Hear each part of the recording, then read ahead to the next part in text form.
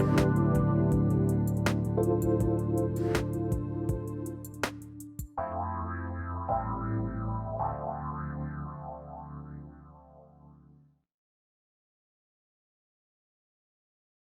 everybody, welcome. This is about getting big. I love this. I love this. I love this show. Kari Knutson joining me here today. Let me tell you what I love about what Kari does. So the idea of Get Big Out Loud and watching what Kari has done to redirect her life, and you're going to hear about this today, because when you're in the middle of, she and I were in the same exact boat. I don't think I shared this with her. But you know, Benny knows. Hey, Benny. Hey, Pat, how you doing today? So guess what? Kari right. doesn't know what we're going to talk about now. Uh-oh. Doesn't know. All right. We made history. Yes, we did. History. Mm-hmm. And if you're me, you made herstory. And I'm thinking here today, and I'm getting ready, and we worked this weekend on just moving things forward for our folks. And I'm thinking about Get Big Out Loud, right? And if you're us, Kari, you're like in Seattle and the football game is on. Now, shout out to you, Pete, for wearing that mask, dude. Very good. But you're watching the game and you're thinking to yourself, oh my gosh, what's going to happen? And one of the things I love, we are 5-0. That is like 5 wins with the Seahawks, 0 losses. And I understand, Benny, that is like the first in the franchise ever.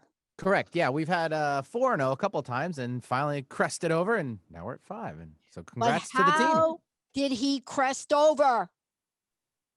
So there were 2 Get Big Out Loud moments. Kari's thinking, I didn't tell her we were going to talk about this. No, but we're talking about optimizing your response to change. So there were 2 moments, Kari, in the game. And I'm going to just end with this, but there are 2 Get Big Out Loud moments.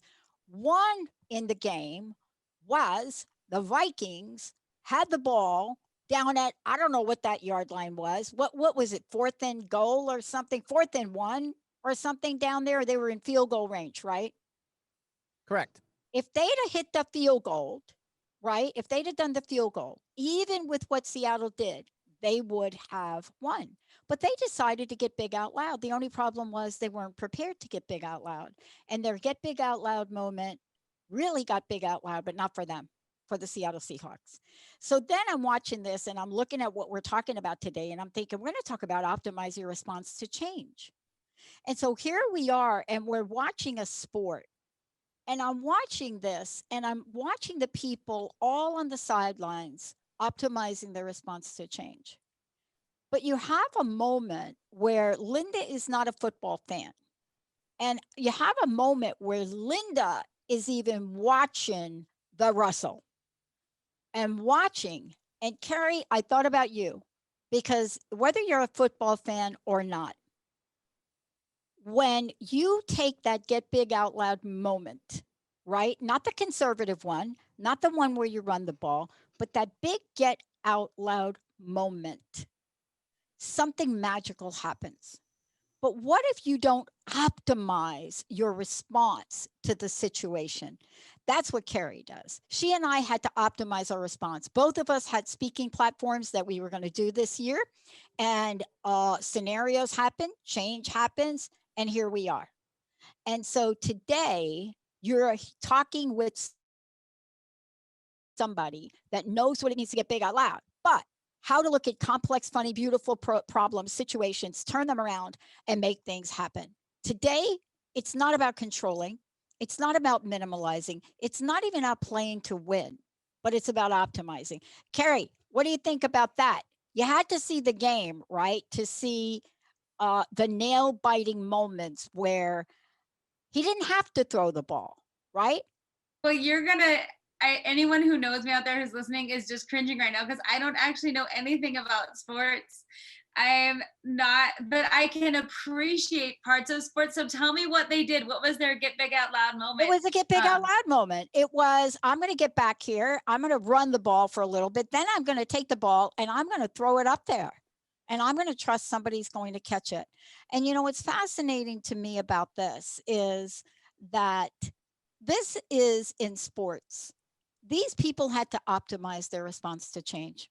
Whether you're a sports fan or not, whether you're a music fan or not, whether you're a self-help fan or not, what we're seeing in the world now are people optimizing their response to change. Because I don't know where all the cheering came from. I didn't see people in the stands. But can you only imagine what it's like? And you've done it and I've done it, where we get up to speak and we look out, there's nobody there. Well, especially now because the audiences are all virtual and it's hard when no one's there and you have to take your best shot. I guess you could make that analogy too. Sometimes you have to take your best shot and hope that it lands where it's supposed to land, better than not taking the shot at all, right? That's what I want to talk to you about. And because it's change. So why is it so hard to change? Let's just get this on the table. Everybody's like, oh, change. Yeah, I can do this. I can do that. But changing is one thing. Responding to change is another. What gets in our way? I'd say the biggest thing is, as human beings, we want stability and we want predictability and we want to know what's coming next. Like we crave that kind of living where we can plan for things. And so what makes it hard is what we resist when it comes to like chaos, uncertainty, things that aren't clear, things that when our plans get changed, we don't like that and we resist it. And it's very human. It's our human response to change. We like order and predictability. We function better that way when there's a schedule and we know. And oftentimes we kind of get also complacent in what we do and how we do it. So the first response when someone says you got to do it differently isn't like, oh, great, here's an opportunity. It's like, no, I'm resisting. I want to go back to my safety comfort zone. It's very human. That's why it's hard, because we're human. So, look, I am talking about everything that happens in life, right? When we have a forward motion, so to speak, something has to change. And we don't really look at change like that. So let me give you an example. I was talking to somebody this morning, and we were talking about the fact that one of the greatest changes we've made, this person and I, is we don't eat out. We're not doing fast food. And we're cooking more. And so we talked about that. And people may be saying, what is the big deal with that? Well, it is a big deal because for a lot of folks, myself included, it is a change. And let me ask you this. There is get big out loud, and then there's don't get big out loud. Thank you, right? I'm oversimplifying it. But both of them are over here. They're on different ends of some kind of continuum. What is the game changer? What is the thing where people look and they say, wait a minute, I've got to talk to Kari about this. I got to talk to her. Yeah, I could sit here. I could hang here. I could be in my comfort zone, but something doesn't feel right about that. I love when you compared it. What's the difference between get big out loud and don't get big out loud? There's two things, I think. One is a choice that you decide to make, a conscious choice. And then the other is courage. And I think you have to have both. You have to make up your mind to make a different decision. And it's not always easy. Again, that's why it's easier to stay in our comfort zones. To make a change, like even you're saying, like to cook at home versus order out means to shop more, to plan recipes. It's not just as easy as like, oh, we're going to cook from home, right? And for me, the choice, like for speaking, I really wanted to give up. At first, everything is going virtual. I'm like, I don't want to learn how to use all the technology and the platforms. I need an audience and I'm used to that. So I'll just wait it out. I'll just wait. So at some point you have to say, I'm going to make a choice to do something different. And that has to come from your conscious mind. And then the other side is you have to have some courage. And I think courage can be cultivated. And sometimes people think, well, I'm scared. I'm like, well, of course you're scared. Everybody is scared, right? And so I don't think that courage means that you're not afraid. I think it means it might be signaling like, oh, I'm about to really change something. How do you muster up your courage? How do you think about that as something really important? And I say it like a courage allows you to cross from where you are to where you want to be. I call it the bridge of courage, in terms of how you think about not only I want to actively make a change, how do I cultivate my courage so I can do it? So I can actually make that change. And I do think courage, sometimes you borrow courage from other people. Sometimes you have to like really get it mustered up. Sometimes you have to feel the fear and do it anyway. And different situations cause us to fear different things, but using fear as an excuse not to change is the universal, don't get big out loud. I'm Yeah. scared, so I don't have to. Yeah. All right. Let's talk about where we are. I must skip this break for a minute. For those of you just tuning in, this is, yeah, of course, this is Get Big Out Loud with Kari. And this is about a complex, funny, and beautiful ride of life. And Kari and I, we laugh a lot. Yeah, we really do. Like when we get together outside of the show, we laugh. And we're going to laugh a little bit today because some of this, when we observe ourselves in the middle of this, is funny. So here we are, right? We're in the 8th month of what we call the pandemic life, right? Many people facing challenges we could never imagine before. And I went through this myself early on when everybody was trying to figure out, how do we stay in business? How do we file for the PPP? How do we file for the EIDL? How do we then get forgiveness for now that $100,000 that the PPP and the EIDL gave you, right? But some people that I work with, Kari, they looked at me and they said, I'm independent. I'm a hairstylist. I'm a server. And they didn't even know that they could do it. And so let's talk about what is new. What has popped up in an 8-month point in time, right? 8 months. And we have had more pivotal, Gene Houston calls it jump time. We've had more jump time moments in 8 months than we've had in 80 years. Oh, definitely. And that, to me, that's creating more stress and anxiety and overwhelm, because all of these big jump moments are opportunities for change. And again, the natural human reaction is to resist them. But now we're saying, change your schedule, change your work, change your efficacy in your work, like what you could do before you can't. So some people have said, like, change your perspective, lower your bar. And I'm like, the bar has completely changed altogether about what makes you effective at work, right? How we meet with people, how we cultivate relationships, right? And then how we show up in the world when we're dealing with personal and professional things that oftentimes meet at home. We're working from home and homing from home. And where's the boundary on that? So we have to change things, put up boundaries, decide, make conscious decisions of like, what's good enough. And I always say, this has really made me think about this idea that I love. I heard once someone say, perfect is the enemy of good. And sometimes, like right now, especially, what is good or good enough for this moment? Because I think a lot of people are feeling stressed because of all these changes and adaptations. And we're used to feeling good about, like, professional, right? We show up, we know what we're doing, we have degrees and experience. And, this pandemic doesn't care about degrees and experience. It doesn't care about any of that. And it has forced us to reckon with change. And that's why I think the idea of, we have to look at, there's something called like change management theory and all this stuff. I don't think you can actually manage and control change like in that type of limited theory. It sounds good, it's easy to talk about, but in real life, I think the idea of optimizing how we change versus managing or controlling it, because the change is coming, right? So like managing, I can get that, but controlling, I don't know about you, Pat, but I haven't been able to control any of the changes that have come my way. They've just arrived on my doorstep. All right, so I'm talking to Kari Knutson, the queen of optimizing your response to change. And when you optimize your response to change, and let me just tell you a little bit about Kari.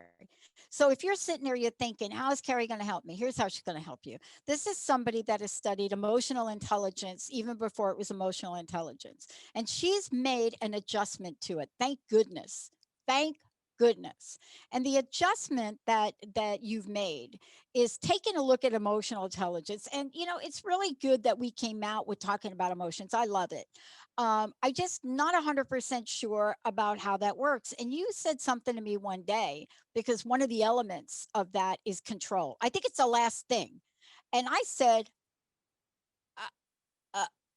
I'm in Costco. I have a complete meltdown. My mouth opens and the poor guy that was behind the thing over there. Oopsie. But now we're bringing optimize. And, I apologize to you if you're not a sports person, but the thing that happened was less about sports and more about optimizing and getting big out loud. Let's talk about this, because this here optimize doesn't mean you don't play to win.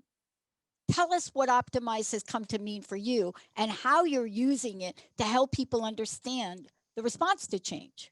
Sure. Well, the Yeah. idea about how you optimize your emotions at any given moment means that you are on your own path, right? And so some days I think it's easier for us to do that because we've got enough sleep or we have some more reserves of energy or we can think clear. Other days it's a struggle just to make a simple decision, right? And other days we're overwhelmed. And sometimes we look at other people and like, oh my gosh, they've got it together. She seems to be doing fine. He seems to know what's wrong with me. And I think the biggest part about optimizing your emotions so that you can respond to change is realizing it is a very personal journey and that you are where you're at for a reason. I always say you can't be late to your own party. All right. You cannot be late to your own party. And this idea of where I'm at right now is what's happening for me. And I may have more bandwidth or more perspective or more abilities as I'm growing. But the idea, sometimes we judge ourselves into staying complacent. So if I haven't figured it out, then I'm ridiculous. I suck. I'm awful. I can't figure it out. What's wrong with me? Everyone else. And then you do the comparison thing or the judgment thing. And I truly think that what we have to do is look at ourselves with not only curiosity, like, oh, this is an interesting situation, but also compassion. Like, I am a person doing the best I can with what I have at any given moment. And in order to optimize your emotions, you have to start from a neutral place. And if you come from a negative, judgmental, harsh place where you're criticizing yourself, there is no room for growth. And I find that a lot with people have criticized themselves. You can't even see an opening because you've dug yourself so deep. So getting back to neutral means looking at your situation with curiosity and an open mind. Like, just be curious like you would about, oh, I'm curious why I responded that way. I'm curious why this is so hard for me. I'm curious why my emotions are so triggered around this. I'm curious. And then use compassion as a balance, right? Compassion for what you're going through and who you are. So then you can start to optimize your emotions because you can use your conscious mind and you're not driven by these unconscious behaviors. Like the idea, like someone says, do you want to do a virtual talk? No, how would I do that? I don't even have a camera. I don't even know what to do. Like, or someone who says, do you want to do a talk on this? And I'm like, well, I do talks on this. This is like, oh, I have to develop something. Or someone, when the schools in my community are shut down, I had to figure out a schedule for my kids to be somewhere. And I'm resisting calling and asking for help, right? Like all the things we resist in the face of change, we have to get to neutral, which is possibility. And I think you only get there through curiosity and compassion. Can I mention something? Yes, please. First of all, thank you so much for introducing me to your amazing daughter. And I know you have two, but I only met one. I was blown away by what she was studying, right? And I don't have to go into it. I don't like to disclose things without permission of, even if it is a kid. But I was blown away by what your daughter was studying. And it brought me back to a time in my life. And to be honest with you about this is there are moments in those younger years for me that I think I just rubbed out. Like I rubbed him out because in order for me to optimize my response to my past and my life and my younger life, in order for me to do that, part of that was completely eradicating any pain around it. And I thought about this now looking back. And when you're in a scenario like that protest of Stonewall or the event of Stonewall, you can't see it for what it was. It was a Get Big Out Loud movement. But I thought about that and I thought about a number of other things. Optimize, question for you. Optimize is a whole different game. And I want to ask you about this because this is the work you do to help people. And I love it because optimize is neutral in a sense, Kari. And I would like to hear from you. You mentioned perfection. Sometimes we strive to perfection. Russell Wilson, I don't even know what he did. I worked for his uncle and his uncle changed my life. So there's something in that bloodline right there. But optimize is different.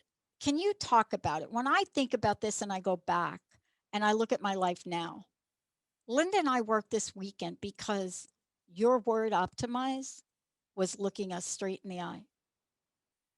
We needed to work so that we can optimize a scenario this week that would allow us to grow. Did I do it perfectly?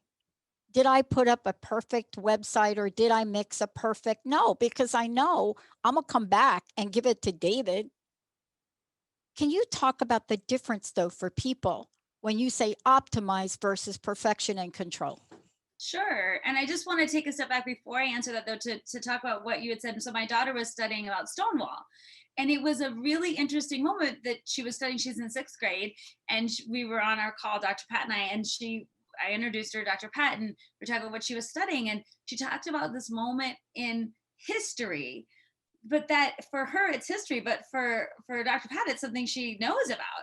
And so we talked about how that moment meets when you learn about something in the past that actually someone lived through and witnessed. And I think there's great power too when you think about what we're going through now, and we're like living through a moment of history, right? We're experiencing something. And sometimes, like, I bet in that moment for you, Dr. Pat, you can't always optimize your emotions in the moment. Sometimes you're surviving, right? Sometimes you're not even realizing what you're going through till after the fact, and you can reflect on it. And what I think is beneficial in thinking, just particularly in that situation when my daughter was talking about as a historical event and you were talking about as a real life experience, is that we don't forget to process our emotions around that as we grow with time and perspective and understanding. Like sometimes we go through things and we're like, whoa, who was I in that moment? Or there might be things we regret that we didn't do, right? Or there might things we were proud that we did, or it might have different significance the more time that has passed and we see its role in our lives. So I think sometimes when events happen, they're not just like over. And I think it's important, if you're going to talk about optimizing your emotions, that you, along the journey of your life, process who you are, where you've come, look at things to be proud of, and look at times when you've been successful at getting through change and struggle to bolster you up, because you know what, I did that, it probably means I can do this. Like we've all had to manage change at some point in our lives. And what's funny, I hear a lot of people tell their stories like this. They'll be like, so then I went to college and then I got married, then I got divorced, and then we moved 3 times, and then I did this. And their stories like a 10-second thing, but all those moving, getting married, getting divorced, whatever, are huge moments that then get reduced to an event, right? And so sometimes I have to think, like, what did you do to get through that, to get you here? Who are you now, right? That you maybe weren't then, or how did this get you where you need to be? But you have experience effectively managing change. And sometimes we don't give ourselves enough credit for, like, I can't do this. You know, we get all flustered and overwhelmed. And we tell ourselves stories about what's true for us or not, or what we think to be true, or paradigms about what we think is right or wrong. But in truth, if you look back on your life, you have effectively managed change. You've lived through hard things. You've made decisions. You've cultivated courage in the face of adversity. So I just want to bring that up as something, especially you, I think, have a beautiful kind of beautiful perspective on that. And that was so nice when we shared that between my daughter and you and I, those 3 generations of people talking about an event. And you know, we're going to fast forward to where we are, because my sense is we're in the middle of a similar energetic event. Now, let me just give you common sense, because I'm telling you, if this was you and this was me, and let's say we were going to raid the Stonewall Inn, just saying, folks, the last thing you want to do is raid a bar in the village at about 1:30 a.m. in the morning. Do you know how many drunk people are in that bar? Do you have any idea how many drunk people, dancing people are in that bar? And so when I recall back, and I'm almost afraid to say this, but I think I will have to admit this, it was a later event, meaning, you know, you don't just, it's 1 something or 1 in the morning. And it was fascinating to me when I look back after speaking with you, and I thought, why did they do that then? But here's something you may or may not know. the unrest in that bar, what really started to happen to it, and what happened in there was a scenario of not optimizing a situation. And out of all of the disturbance in there, unexpected things happen. And that's the time we're living in. And that's why I'm bringing it up. We're living in such unexpected time. And there are responses that will happen that we don't know about. And that's what we're going to talk about when we come back. Because what happened at that night was so unexpected for the police as they line everybody up and they want you to check their ID. And, you know, you got men that are dressed as women, of course, full drag, refuse to pull out their ID. Then they get to the lesbian population. Yes. And what do you think then happens? I'm just saying, ask anybody about the gay women and what they did for HIV and AIDS. When we come back, we're going to talk about what are the decisions we make in the world we live in? How do we know that we are in the optimizing zone of getting us from where we are to where we want to go? And I want to say this about Kari. This is the work that Kari does to help everyone change your business, change your life, change on the inside. How do you optimize who you are as an amazing individual? This is what Kari does. This is what Get Big Out Loud is. And I'm just saying, when we come back, Get Big Out Loud doesn't have a pandemic. Stop it. We'll be right back.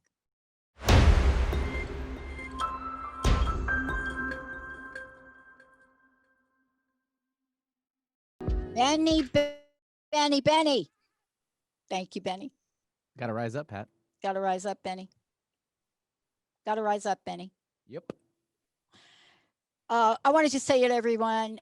Kari's joining me here today. Before we talk about Get Big Out Loud, and I'm going to finish that story. Thank you, Kari, for pointing out that people may not know what I'm talking about. Before we go there, I would love for you to tell folks, one, how they get to work with you, because these are extraordinary times.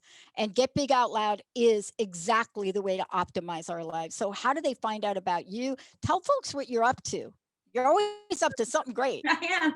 I'm doing all my presentations virtually now, so I can basically go anywhere in the world through the comfort of my home and my computer screen. So I'm doing all of my presentations virtually, and I do presentations as well as coaching, and I coach individuals and groups, and I do coaching on Get Big Out Loud idea. Like, well, how can I optimize things in my life? Like, how can I expand my EQ? How can I show up big? And I do that. I help groups do that as well. And then I do coaching if you want to be a better speaker and optimize how you show up as a speaker. So I love those two kinds of coaching opportunities.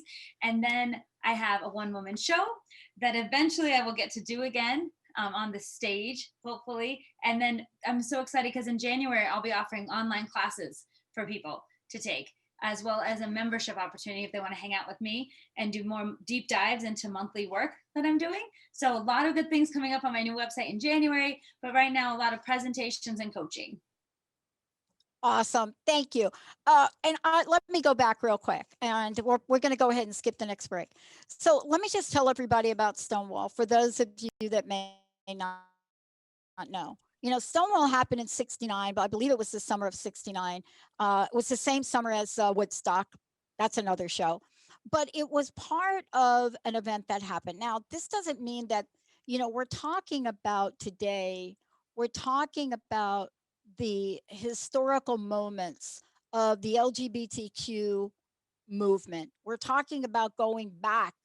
And there were more than just Stonewall. And what I was sharing with Kari is, you know, after I talked with her about it, I had this flashback. And I thought to myself, well, wait a minute. There was a Get Big Out Loud moment. There were several. And the way that it rolled, and people, you can look this up, Stonewall riots, it was an uprising. It was a rebellion. It was a riot. But what was it about? It was about 1:30 in the morning on a Saturday, coming into Stonewall, this bar, walking in there, police raid. It was a raid, having people line up and nobody knows what's going. Can you imagine being in this environment? I remember standing there thinking, oh my God, I've got like 2 IDs, neither one of them are legal. Okay, that's another show too. But here we are, and we're all lined up. And the women, the gay women down here, we were down at the other end, right? So they go in line and they separate you by your type. So this starts off the bad thing. You go over here if you look straight, they put you over there. Then, if you are dressed in drag, you go next. Then down the end were the gay women, right? If you read about this, they say they're with the lesbians. And so here's what happens when you go down, they ask you for your ID. The front of the line, everybody shows their ID.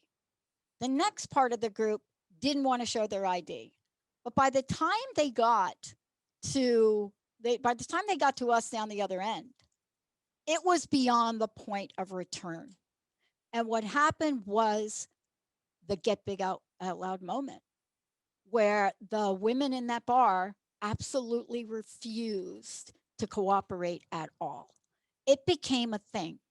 It doesn't get talked about a lot. Maybe it's mentioned somewhere in some note somewhere. But yeah. And, both men and women teased each other about it, saying, there you go again. There go the lesbians again, making a big deal. Boy, starting to. And that was a get big out loud moment to say, we're not going to do that anymore. We're not going to take it. And I think, Kari, this is where we are now. There are so many get big out loud moments. People have reached the point where they're not going to look at the emotional side of control. They have to take a situation and say, what do I need to change? How do I optimize it? What do I need to do? How do I optimize it? Talk to that. Talk about where we are today and how it is so important for us to own our get big out loud moments. Sure. I love bringing up the historical context of you being in that moment of Stonewall, which started a movement that we're seeing the results of today in that community, right? So the idea of like something happens here has these effects here. In your own life, you probably experienced that as an event, but didn't in the moment think, I'm getting big out loud. You're just surviving it, right? But when you look back on your life, you're like, I got big out loud in that moment and I was part of something. And I'm curious for you, if you can bridge that. Have you seen your resilience or the way you acted in that moment? Has that helped you to think about challenges you face even now doing your Transformation Talk Radio in a pandemic? Has who you became in that moment helped who you are today?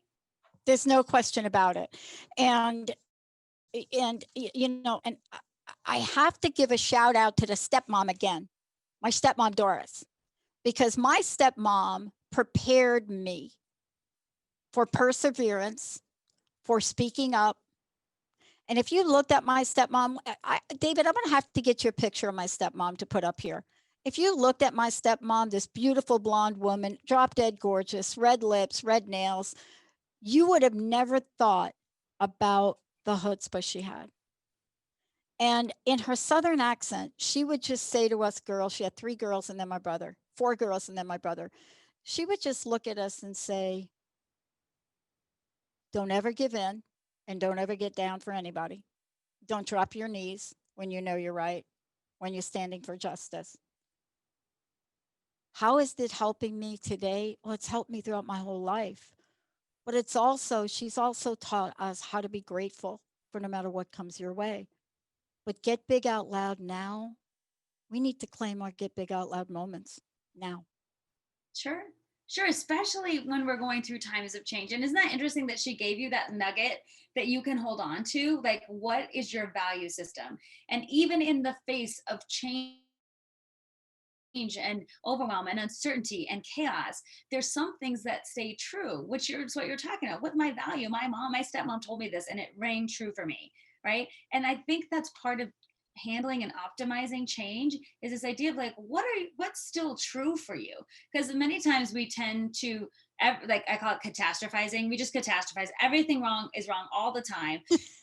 Or we have this idea of like dualistic thinking, like I can't possibly get through this and be happy. Right? I can't possibly be struggling, but yet find some peace. So dualistic thinking oftentimes co-ops our opportunity to find pleasure or peace or happiness, because if we feel so bad in this way, we can't possibly feel good. So I think that idea of our value systems are something that we can hold strong to no matter what the circumstance.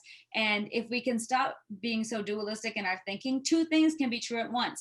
Like we can be having a really hard time and there's still joyful moments in life. And it can totally, like for me, I was like, it can totally suck in some ways to say like, I don't want to do my business this way. I miss people so much. I miss traveling. I miss audiences. I miss spaces. And I'm getting so many cool opportunities in the virtual world that are incredible and that I never would have had before. And I can also see growth for myself in the virtual world. Like my first presentation, I just have to say, I was like, where do I look? Hello. Like literally read my name off the prompter. I was like, hello, everyone. My name is Kari Knutson. Like I was so in my head, and it's given me an opportunity to find my space here. So it can be hard and there's an opportunity. And I do think that when we're talking about how we optimize our response to change, we cannot get stuck in fear, the stories we tell ourselves, paradigms of how we think things should be, our comfort zones, even legitimate obstacles that are just hard, that keep us, stuck. And then our preconditioned responses to people and ideas and situations. Those things are the things that keep us stuck when we have an opportunity to optimize our responses to change. But do you see that if you're staying stuck, the only thing that gets you here is your conscious thinking about the choices you may have and the courage it may take you to get there, right? And you have to, again, I love this word, optimize, because some days I can't optimize the same way as others. Like some days I'm on the limited bandwidth. Talk to that. Can you talk to that? Because I think you're nailing something that's so important right now. Can you talk to how we have to adjust how we optimize given the day? It doesn't mean we don't get big out loud. Can you talk about that particular adjustment for a moment? Yes, because I think that's so important, because this idea, especially in our culture, of like, give 110% and you're a superhero and all that. And like, you only have 100% to give. And you are not a superhero. You are very human. You have human emotion. Your humanness itself, like you're not a robot, right? And you're going to feel things and you have real limitations. And I think sometimes people feel defeated because they put their own self or the idea of what they should be on a pedestal, and then they're always failing, right? It's always wrong. I can never make it.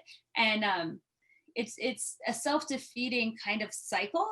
And what really emotional intelligence asks you to do, and what I like to think about is, if I look at where I'm at on any given day, I might have different needs to express myself. I might have different needs for connection. I might have a different ability to cultivate my courage in any given moment, because we're complex individuals. And so to expect people to show up and be like 100% in a certain way every day is ridiculous. And we have to give ourselves grace. We might have personal things going on that affect our professional life, or vice versa. We may be struggling in, those very private ways that we struggle, all of us, that are hard, sometimes intangible, but they kind of come up sometimes, especially when dealing with change. It's like, I call it fighting for your weaknesses. Like, I have an opportunity, but who am I to do that? Or I'm too old or too fat, or I don't have the education, or who am I? And I often think sometimes we need to sit in that space consciously so we can say, not who am I not to, but like that, not who am I to do that, but who am I not to? Yeah. Right? Like, who am I to do that? Ask yourself, who am I not to? And then what do I need to get myself there? Sometimes we want to push forward, and what's needed is a step back. Maybe we need some time to process our emotions, to talk to someone, to take a break physically, emotionally, or mentally in order to steady ourselves for the next road ahead. Maybe we need to cultivate our courage and do it anyway. But do you see, there's not like, do this and you'll get there. It's like, pay attention to who you are and your very human experience. Look at that person with curiosity and compassion, and decide in that moment what you need to be able to move forward. If it's facing your fear, or if it's getting support, if it's an adjustment, but also realizing you have done hard things before. and you will do them again. You have been successful before, you'll be successful again. And you have ethics and values and morals that guide you that are unchanging regardless of the pandemic, regardless of your situation. There are some things that will be true for us regardless. And those things are powerful. And that's how we should show up. I think that's the base of how we show up. Yeah. Look, one of the things I want to do is also make sure people know, first of all, that you are still getting big out loud. You're out there. I want folks to know how they find out more about you. Because one of the things, Kari, that I've been approached by, and this is fascinating. This is going to be another get big out loud moment if I don't get too scared to do it. Um, it is, I'm getting a lot of requests from people that are saying to me, have you ever thought about coaching people about like how to be like in the digital world? And it kind of like went over my head. And you know, you're one of those people that can also help other people, because here we are. This is some kind of digital world, but we're still being us. And I think there is now a greater need than there's ever been for people to get some coaching and mentoring. And it's something that I'm thinking seriously about. And but this is something you live and breathe and do. How do people find out about you? How do they work with you? How can they work on optimizing, especially when it comes to emotions? Sure. Well, I love, so you can find me at knutsonspeaks.com. It's KNUTSON speaks, SPEAKS.com, with all the information about presentations and coaching. But really what tends to happen, and I love it's very organic, is people reach out to me and say, either I've heard you speak, or I like your ideas, or I want help in this area of expertise, and can you help me? And I really like to individualize the process for people so that it fits them, not my idea of what should fit them. And also, I think with coaching, like you said, organically, the reason I started my coaching for public speaking is because people said, hey, I like how you speak. Can you help me be a better speaker? And at first I was like, oh, I don't do that. And then later I thought, yes, I do. I speak all the time and I have tons of ideas that will make people better. And I think the world needs better speakers. That's one of my values. Like, I do believe the world needs better speakers because there's so much good content. It gets lost though when you can't articulate your message, or you don't have good visuals, or you can't stick to your time, or you're so nervous you can't show up as your best self. And I have definitely figured out some strategies to do that. So I'm like, yeah, instead of saying, who am I not to? Yeah. Right. I keep asking that. Instead of saying, who am I just say, who am I not to? And so saying yes to opportunities that kind of might seem like a reach for us is what I love to help people do, right? How, like, if there's something like this close, I think coaching, sometimes you almost grab the rein, but you're not quite there. And coaching can help you get there. And that's why I love talking about in coaching, either individuals, and I've done small groups too, like work groups that want to work together in better ways in their organizations, or they are ready to show up differently, personally and professionally. So I think that's such a rich opportunity to do individual and group coaching, because you get to see the specific situations and then help people, like you were saying, optimize in that moment. And all I'm doing is like, what's the next level? We're not trying to get to perfection. We're not being like, you're all set, you're all done, because I think people kind of, I don't want to get done with things. And I always think like, I'm just moving along to the next thing, right? And the whole idea we talked about before, perfect is the enemy of good. You don't have to be perfect or know every answer to be able to make, I always say, what's the smallest step that would make you feel like you have done something? And let's go there, because success begets success. And that is where opportunity lies. So I love this kind of work, because between speaking and coaching, I feel like you get the content and the personalization and the relationships. And I love it. It's interesting. Um, Someone asked me, and I've asked myself, I normally I don't sit. And if I talk, I'm usually up and standing. And somebody said to me, Pat, you mentioned this the other day, and you mentioned there was a way for us to do it. And it totally fell off my radar until I walked in the building. And I realized right down in our studio, our office buildings here on the first floor, we're in the building with one of the premier companies that do remote teaching, like up at a board teaching with cameras, and they do all of that. And I'm walking by there and I'm like, oh my gosh, all I need to do is talk with these folks. And that's how I can help our hosts and co hosts. And immediately the brain would say, but it's going to cost too much. And I'm just like, I'm just going to look up their price points.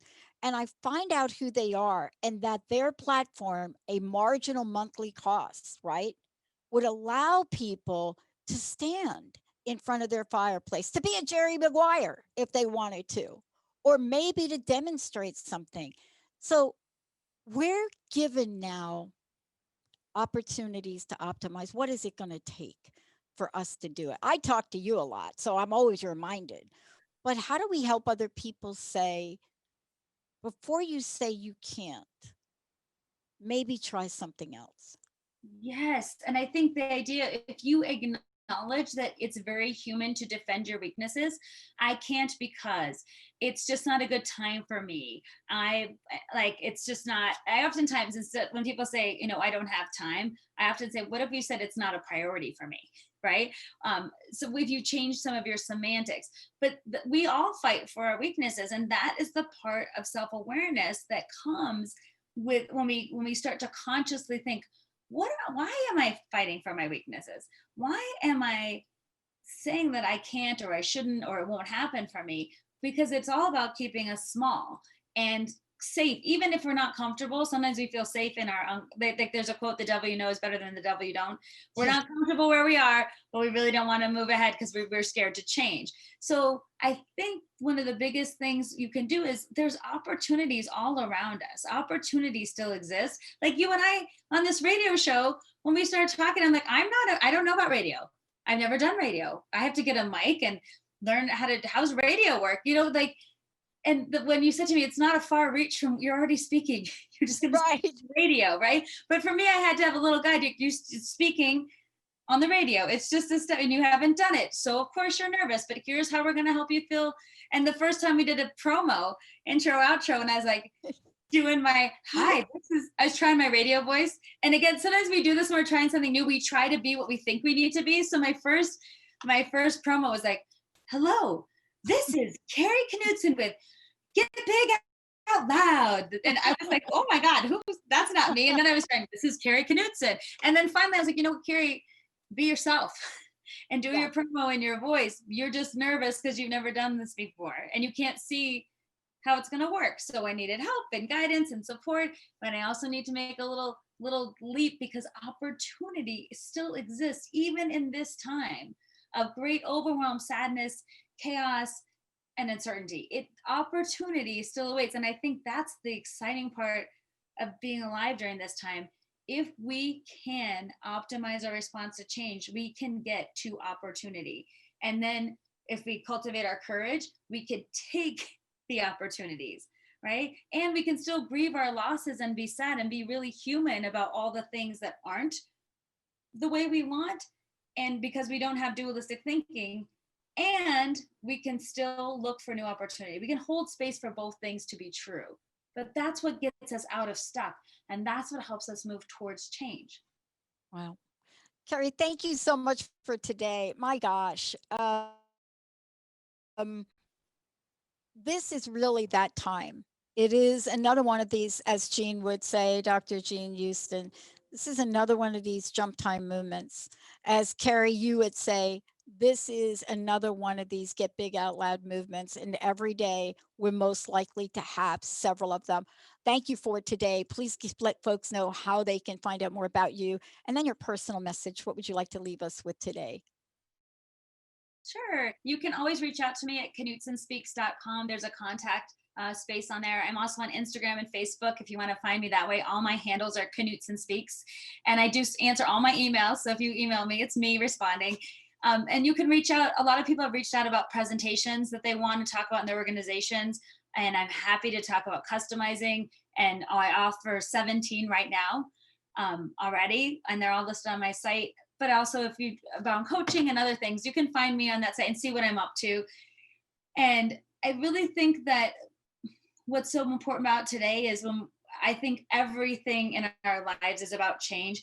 Even if you took the pandemic away, we could still have this conversation about how do we optimize, right? It's Yeah. just an added, really big, I don't know, elephant on our chest right now that this is happening. And I feel like also our national reckoning with racism is another thing that we have to Yep. address. It's something that's going on in our Yep. culture and political changes that are going on. So as if one of those weren't enough, right? To think about, if you're feeling overwhelmed, if you're feeling lost, and if you're feeling like, it's too much, it's probably because you're really experiencing a lot in life right now. You're being very human. And my hope and my invitation is, don't stay in that place too long, because the opportunity still exists for you and everyone else. And cultivating your courage to get through change. You've been through hard things before and you will figure this out. Don't give up on yourself, on your best self, and knowing like internally your values and who you are when you're at your best will help you mitigate this time and get through change successfully. Don't give up on yourself. And remember, everybody, it is time to get big out loud. Kari, thank you so much for today. Thank you, Dr. Pat. See you next month. And everybody, thank you for tuning us in and turning us on. I just got a text message. It is spelled Stonewall. It is like STON. And you can look it up. You can find it a number of different places. And thank you so much for all of you out there helping us really to stand in that space where we can get big out loud to serve and to provide you with the tools and information you need. We're going to take a short break, everybody. We're not done. We'll be right back.